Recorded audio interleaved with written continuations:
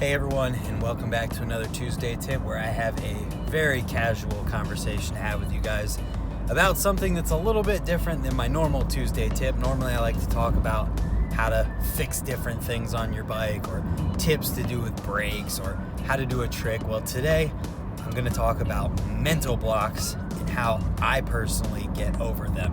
Having ridden BMX for 13 going on 14 years now, I've had my fair share of mental blocks. And I saw someone ask this question on someone else's video, and I thought that I could talk about it personally and maybe give a little bit of insight. So I'm not going to babble anymore about this. Let's just talk about mental blocks and how to get over them. So what is a mental block? Basically, it's that time where you're going to try a trick and then your brain just literally won't let you try it. You go to, let's say, do a 360 over a spine for the first time ever. And you go and you hit that spine 500 times and you just won't do the 360. That's what we're talking about today and how I've learned to get over those things. And honestly, at this point in riding, after 14 years almost of riding BMX, it's become a point where I can kind of just flip a switch and turn off that mental block and just do it. Yes, I still have them, but it's not anywhere near as severe as it used to be. And I think it's because I figured out how to break things down in my head. And I would say that is by far the easiest way to get over a mental block. If you're just adding one trick to another trick or doing a trick in a new place, all you have to do is break it down.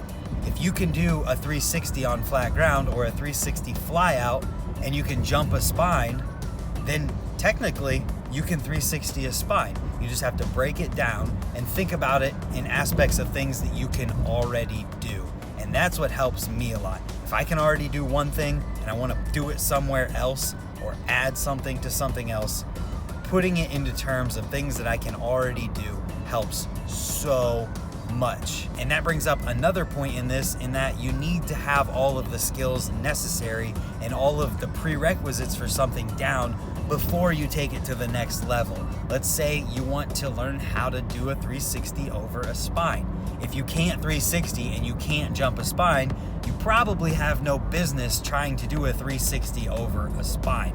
So break it down, figure out the prerequisites, and figure out what you need to learn first in order to make something happen, and just do it chronologically. With foam pits now, it's a lot easier to just go straight to the most hard tricks possible. And yes, a lot of people find success in doing that, but you'll also find that some of the best bike riders ever out there are the guys who put the time in and built off of the building blocks so that they've got a solid base when it comes to riding. And I know it sounds weird to break it down like this, but it's the honest truth. And whenever you break these things down and put it into smaller terms of things you can understand and know that you can already do, it just makes it that much easier to push that mental block aside and try something. So I guess in essence what I'm saying with this is to not ride over your head so far that you get broke off trying something because you didn't have the skills necessary and the building blocks to make it happen in a relatively safe way. I guess that's how I approach things. I break it down so small and minutely that I feel like I've got all the prerequisites and all of the steps down for something, so it feels relatively safe to try these new things because I'm ready for them already. Whenever I'm doing something big, it's usually not something completely new that I've never ever done before. Because I've been riding for quite a while, it's just usually something that's on a bigger scale than what I've done before, or adding a trick to another trick.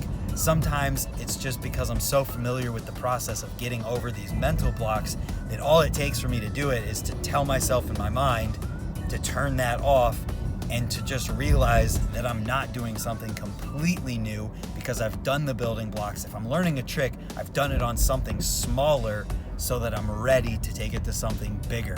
And that's what I do for everything. I try to think of the safest way possible to do it, even though it might be something scary. And a real quick thought to add in here after the fact is that when it comes to BMX tricks, almost everything you will ever want to try can be worked up to in some way, shape, or form. So what I mean by that is that when you try a trick for the very first time, let's say, for example, a fly out tire tap, you don't have to commit to that 100% the first time you try it. You can work your way up to it. You can jump out out of the ramp and intentionally put your feet down the first few times just to get used to that motion. And I know a ton of people, almost everyone, does this whenever they're trying new tricks or tricks in new places. You work your way up slowly, kind of feel it out, you kind of halfway attempt it, put your feet down so you can get comfortable with the motion, you can kind of get the muscle memory down until you're comfortable with it enough to start committing 100% so that you know what might happen and you're prepared and you're kind of just ready to try that trick and put your full commitment into it. When it comes to stuff like big gaps or big bar spins downstairs and things of that nature that are bigger that you can't really just try because you might get broken off if you try this without 100% commitment, there's smaller setups that are very similar. If you're trying to do some sort of gap to rail or a gap in general from one thing to another, you can feel it out in a parking lot where you figure out where you're gonna jump to and from, figure out the distance and kind of how it's set up, and then you practice that gap in this parking lot or anything like that. You can just practice on smaller setups. If you're gonna do a bar spin down a giant stair set, but you're not comfortable doing bar spins downstairs, well, you work your way up to that by doing bar spins down smaller stair sets. And the same thing goes for so many other tricks. So if you can't work your way up to it without committing to it at first and feeling it out, you can work your way up to it by going to smaller setups that are exactly the same, getting it dialed and getting things figured out so that when it comes down to it and you're at the top of those stairs looking down, you've prepared for it, you know what it's going to feel like, you've worked your way up to it, and you just are so confident that that mental block doesn't even have to exist. And this is how so many people do things when it comes to the bigger, burlier stuff in BMX. And the point that I'm driving at with all of this is that it is almost always possible to work your way up to something that you want to try on your bike so that you've practiced and you know what you're in for and you know what you're getting ready for, so that when it comes down to it, all you have to do is get your mental block aside for the size of something or the setup itself and not the actual trick, and that you've worked your way up to it. There is not very many times where you just have to go from nothing to this gnarly ass setup and have to send yourself down it or send yourself in a place that you're not comfortable with. And if that does happen, it's because you haven't worked your way up to it and you haven't built the building blocks necessary, and that is when people get hurt. So work your way up to things, build the building blocks, and make sure that you're ready to send it on something bigger when the time comes to make that happen. And when the time comes where you're there and you don't feel like you're ready for it, you don't have to send yourself down it. You can work yourself up to it, and there's always ways to do that. So let's get back to the rest of what I had to say. And with that being said, I think the biggest aspect to this is knowing your limits and knowing what you can and can't do so that you know how to break things down and you know what building blocks to learn before you go to try something. And when you break it down like that, it's so much easier to push that mental block aside and get yourself to try something.